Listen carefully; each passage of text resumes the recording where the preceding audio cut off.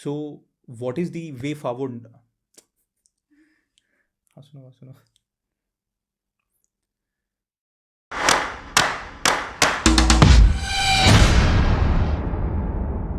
सो मुझे याद है ड्यूरिंग आ कॉलेज डेज हम लोग 20 रुपए का पेट्रोल भरते थे मेरे फ्रेंड के एक्टिवा में और पूरे शहर का चक्कर लगाते थे. अभी 20 रुपए में मुश्किल से 1 लीटर पानी मिलता है. Crude oil prices now they have hit A record high.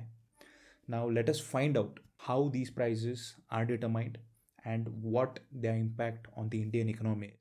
Political fight over the fuel price hike. Petrol and diesel prices have been hiked again today. That's petrol and diesel are up by 80 paise a litre in Delhi, and citizens already face a double whammy on Tuesday when petrol and diesel prices rose, along with a steep 50 rupee hike in LPG domestic cylinders. Opposition parties protested in the Lok Sabha today against the increase in price of fuel, as well as in the Rajya Sabha.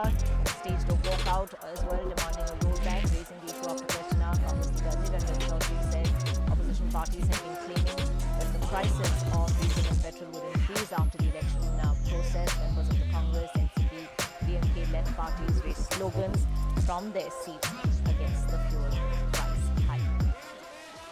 So petrol और diesel इन्हें inelastic goods माना जाता है. इसका मतलब क्या है?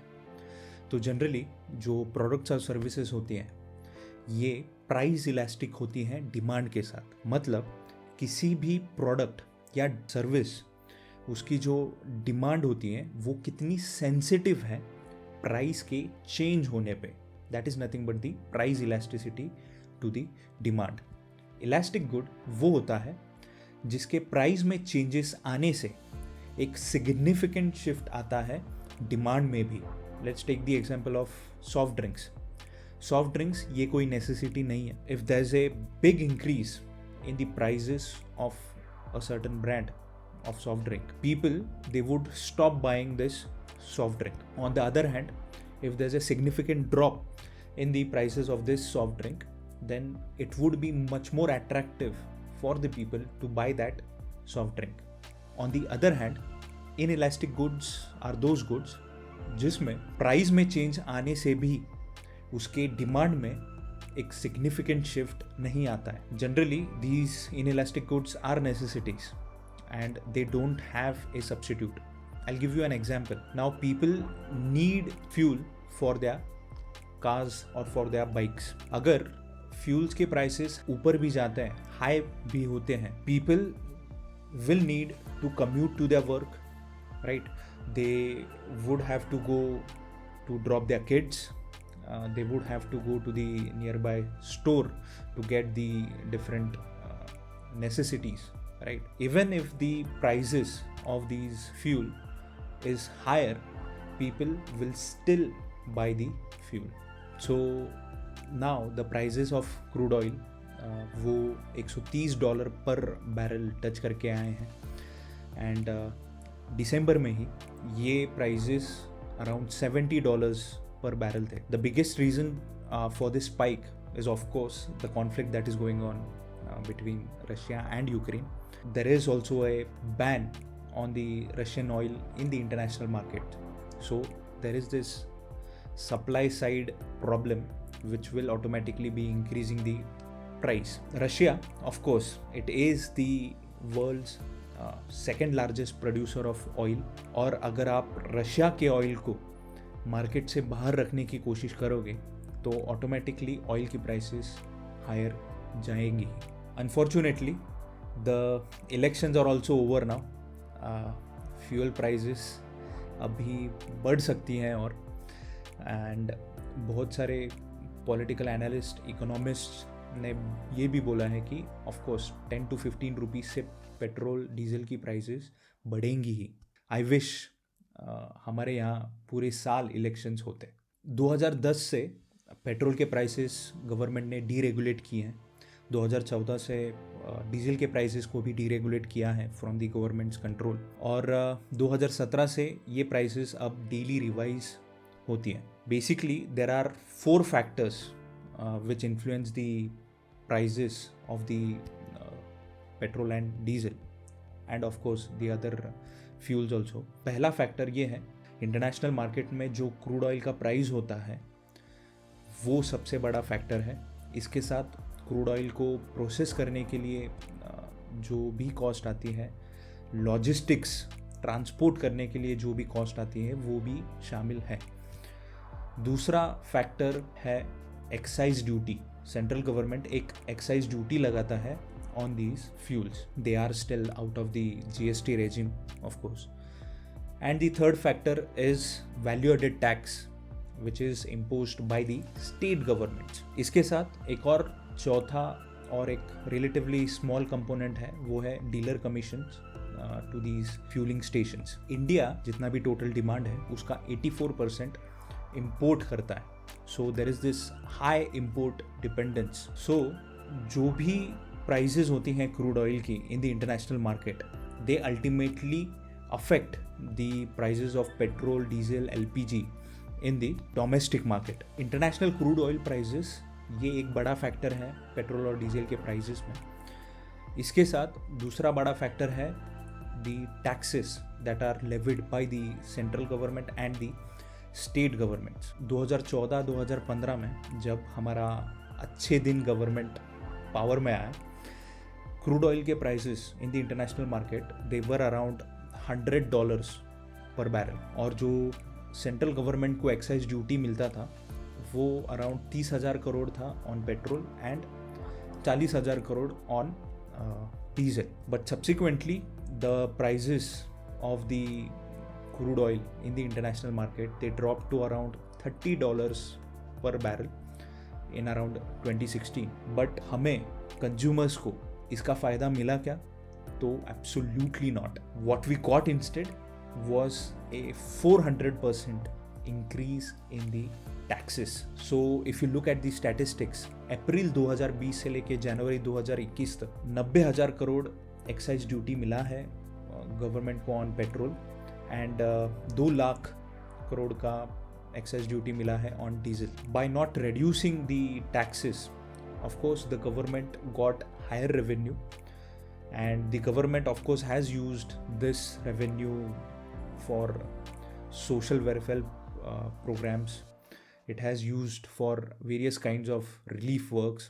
Of course Covid pandemic हुआ, उसके लिए गवर्नमेंट को इकोनॉमी में पैसे पंप करने थे एंड ये जो हायर रेवेन्यू मिला था गवर्नमेंट को, इसका इस्तेमाल गवर्नमेंट ने होपफुली किया होगा। बट जब ये फ्यूल के प्राइजेस हायर जाते हैं तो it also has a serious secondary impact on the economy. As I said earlier, logistics एक बहुत बड़ा कंपोनेंट होता है किसी भी प्रोडक्ट या सर्विस के प्राइस के डिस्कवरी में, एंड अगर फ्यूल के प्राइसेस बढ़ते जा रहे हैं तो it will surely be impacting the general trend of the prices, that is nothing but the inflation in an economy. अगर इन्फ्लेशन बढ़ते जा रहा है तो automatically the purchasing power of these Indians, of these consumers will go down. Purchasing power अगर कम हो रहा है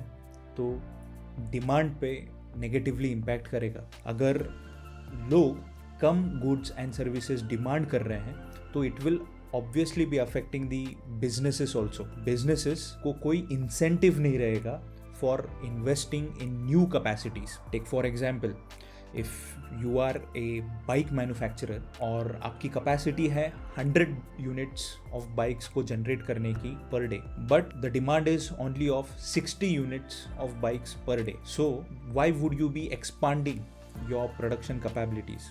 राइट, ये जो कैपेसिटी है उसका आपका अंडर यूटिलाइजेशन हो रहा है, तो आप कैपेसिटी बढ़ाने के जगह you would rather think of reducing your capacities, right? And that will again affect the unemployment scenario in the economy, and that will lead to lower incomes.